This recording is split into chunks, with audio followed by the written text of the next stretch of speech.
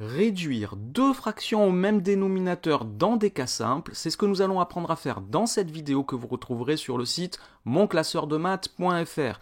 Et comme d'habitude, si cette vidéo vous est utile, pensez à lui donner un like, à laisser un petit commentaire et à vous abonner à la chaîne. Ça aide au référencement de la vidéo et de la chaîne, et moi, ça m'encourage à continuer à en faire encore plus. Alors, nous allons donc réduire deux fractions au même dénominateur. Ça veut dire que nous allons écrire deux fractions avec deux fractions qui sont égales et qui ont le même dénominateur. Pourquoi?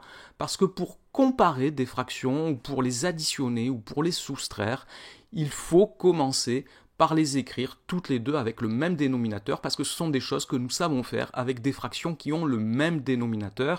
Si elles n'ont pas le même dénominateur, soit on ne sait pas faire, soit c'est trop compliqué.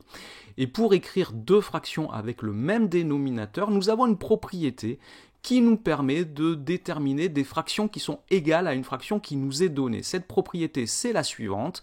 Si on multiplie ou si on divise le numérateur et le dénominateur d'une fraction par un même nombre différent de 0, alors on obtient une fraction qui lui est égale. Alors dit comme ça peut paraître très compliqué. On va travailler sur des exemples pour expliquer tout ça.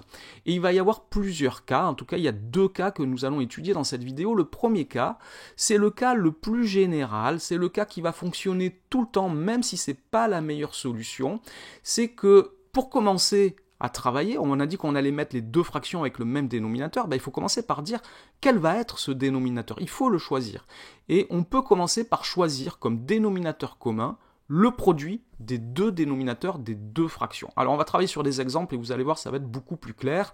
Nous allons mettre au même dénominateur les fractions 5 demi et 1 tiers. La première chose qu'on fait, c'est qu'on regarde les deux dénominateurs de ces deux fractions. Ici, il s'agit de 2 et de 3. Ce sont bien deux nombres différents. Nous, on veut que les deux fractions aient le même dénominateur. Et ce que j'ai écrit juste au-dessus, on peut choisir comme dénominateur commun le produit des deux dénominateurs. Donc ici, le produit des deux dénominateurs, c'est 2 fois 3, ça fait 6. Nous allons donc choisir comme dénominateur commun 6. Ça veut dire quoi? Ça veut dire que je veux écrire la fraction 5 demi comme une fraction qui a pour dénominateur 6. Ça veut dire que je cherche une fraction égale à 5 demi, dont le dénominateur est 6. Et pareil pour 1 tiers, je cherche une fraction égale à 1 tiers, dont le dénominateur est 6. Et nous venons de dire juste avant, nous avons rappelé la propriété qui nous dit que si on multiplie ou si on divise le numérateur et le dénominateur d'une fraction par un même nombre différent de 0, alors on obtient une fraction égale. Eh bien ici, on vient de dire que 2 a été multiplié par 3 pour trouver 6, puisque 6 est égal à 2 fois 3. C'est comme ça qu'on a déterminé 6. Donc, si je multiplie le numérateur et le dénominateur de la fraction 5 demi par 3, je vais trouver une fraction égale. Et pareil, avec 1 tiers, la fraction 1 tiers, je vais multiplier le numérateur et le dénominateur de cette fraction par 2 et je vais obtenir une fraction égale aussi. Et les numérateurs seront 6. Donc 5 fois 3, cela fait 15. Donc 5 demi est égal à 15 sixièmes. Et 1 tiers est égal à 2 sixièmes puisque 1 fois 2, cela fait 6. Et donc j'ai maintenant ces deux fractions qui sont écrites avec le même dénominateur, 15 sixièmes et 2 sixièmes. Ce sont des écritures possibles pour ces deux fractions, il y en a une infinité. Ici, j'ai choisi comme dénominateur commun le produit des deux dénominateurs, mais je pourrais choisir par exemple un multiple de 6. Ici, je pourrais mettre sur 12, sur 18, etc. Ça fonctionnerait aussi. Donc ici, c'est la première méthode. On va prendre un autre exemple. Pour que ça soit bien clair, nous allons faire le même travail avec les fractions 1 quart et 2 cinquièmes. Cette fois, les deux dénominateurs sont 4 et 5. Je vais donc choisir comme dénominateur commun le produit de 4 et 5, de 4 par 5, pardon. Ce produit-là vaut 20. Je vais donc écrire la fraction 1 quart comme une fraction de dénominateur 20. Et pareil, je cherche une fraction égale à 2 cinquièmes dont le dénominateur est 20.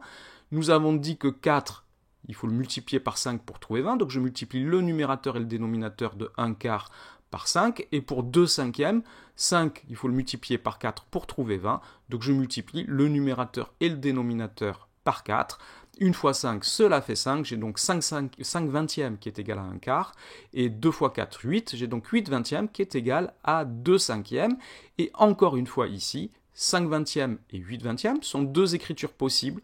Il y en a d'autres, mais sont deux écritures possibles pour ces deux fractions si je veux les écrire au même dénominateur. Et maintenant, je peux les additionner, je peux les comparer. Par exemple, je vois que 8 vingtièmes est supérieur à 5 vingtièmes. Ça signifie que 2 cinquièmes est supérieur à 1 quart.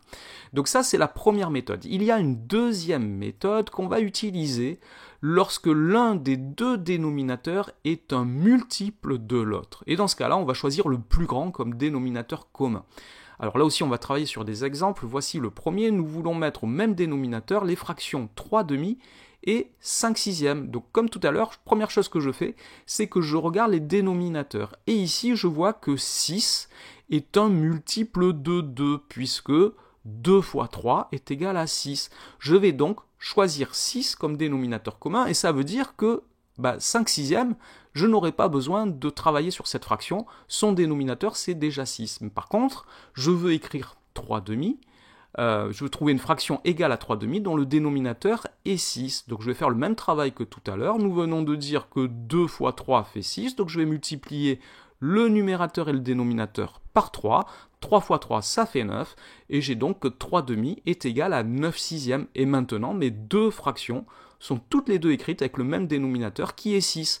Si j'avais utilisé la méthode de tout à l'heure, j'aurais choisi 2 fois 6, c'est-à-dire 12 comme dénominateur commun, et j'aurais une autre écriture qui fonctionne aussi, il n'y a pas de problème, mais ici on a une méthode un peu plus simple. On va prendre encore un autre exemple. Cette fois, mes deux fractions sont 3 vingtièmes et 2 cinquièmes. Je regarde les deux dénominateurs qui sont 20 et 5. Et là encore, je vois que 20 est un multiple de 5, puisque 5 fois 4 égale 20. Donc je vais choisir 20 comme dénominateur commun.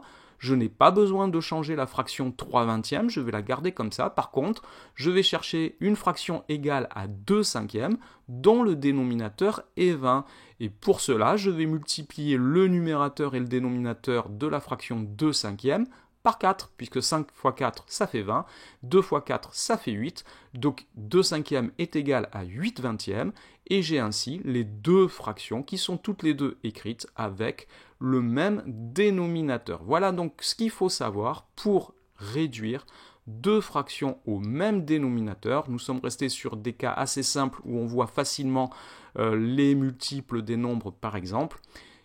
On peut travailler sur des cas plus compliqués, ça sera l'objet d'autres vidéos. Merci d'avoir regardé cette vidéo qui est terminée. À bientôt pour d'autres vidéos de maths.